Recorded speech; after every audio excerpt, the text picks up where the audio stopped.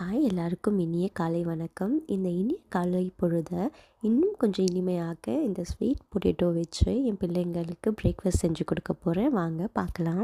First நான் இதை wash பண்ணிக்க போகிறேன். வாஷ் பண்ணிவிட்டு தேவையான அளவை கட் பண்ணி எடுத்துக்க போகிறேன்.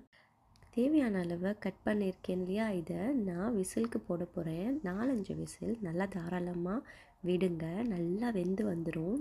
வெந்து வந்த இந்த மரவள்ளிக்கிழங்க 2 கப் கோதுமை மாவு, அப்புறம் இந்த மரவள்ளிக்கிழங்கு தேவையான சால்ட்டை போட்டு நல்லா மிக்ஸ் பண்ணுங்க.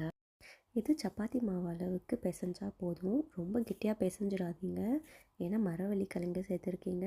அப்புறம் அடை மாதிரி வந்துடும். சாஃப்டாக பிசைஞ்சு எடுங்க.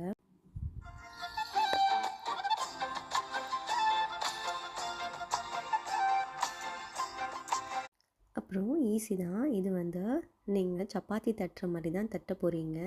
நான் இதில் சீஸ் ஆட் பண்ணியிருக்கேன். உங்களுக்கு வேணும்னா நீங்கள் ப்ளெயினாக கூட செய்யலாம். பெரிய பிள்ளைங்கன்னா இதில் கொஞ்சோண்டு வெங்காயம், ஸ்பைசஸ் கூட ஆட் பண்ணி கொடுக்கலாம். பெரிய பிள்ளைங்க தாராளமாக கொஞ்சம் ஸ்பைஸியாக சாப்பிடுவாங்க. சூப்பராக இருக்குங்க.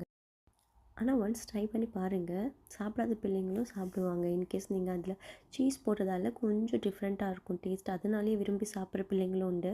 இதை கண்டிப்பாக மறக்காமல் ட்ரை பண்ணுங்கள். ஹெல்த் பெனிஃபிட்ஸ் நிறைய இருக்குது. இன்னும் ஒரு இன்ட்ரெஸ்டிங்கான ரெசிபியில் நான் உங்களை மீண்டும் சந்திக்கிறேன். Bye guys.